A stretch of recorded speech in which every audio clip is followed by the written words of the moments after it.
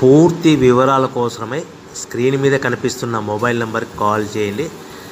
షరతులు వర్తిస్తాయి. సో మీరు చూస్తున్న ఈ machine semi automatic hydraulic full sheet joint sheet buffet plate making machine.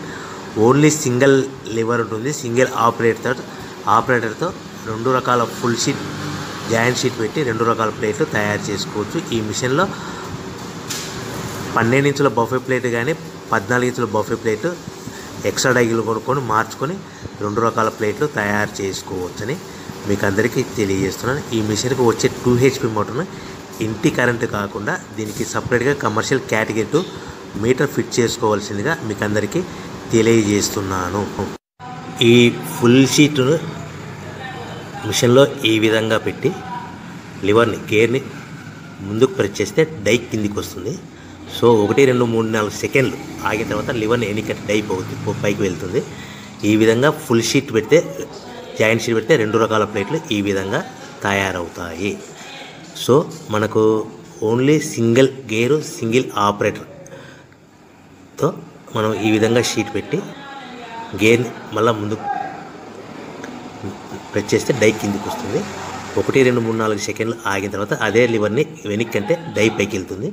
ఈ విధంగా ఫుల్ షీట్ పెట్టడం వల్ల 2 రకాల ప్లేట్లు తయారవుతాయి. సో ఈ మిషన్లో మనము గంటకి చేసే ఆపరేటర్ మీద ఆధారపడి ఉంటుంది. గంటకి 500 ప్లేట్ల నుంచి 1000 ప్లేట్ల వరకు తయారు చేసుకోవచ్చు.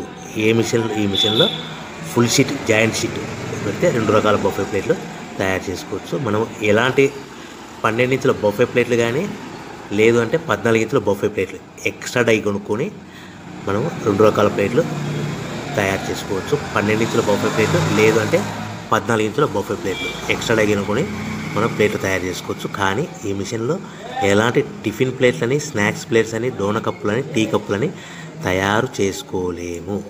కేవలము బఫే ప్లేట్లు తయారు చేసుకోవచ్చని మీకు అందరికీ సలహా ఇస్తున్నాను.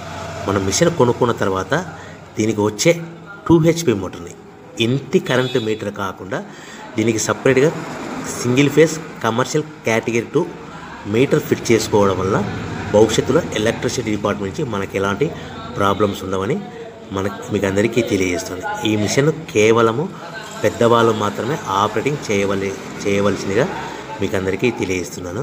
పిల్లలతో ఆపరేటింగ్ చేయించవద్దని మీకు అందరికీ సలహా ఇస్తున్నాను.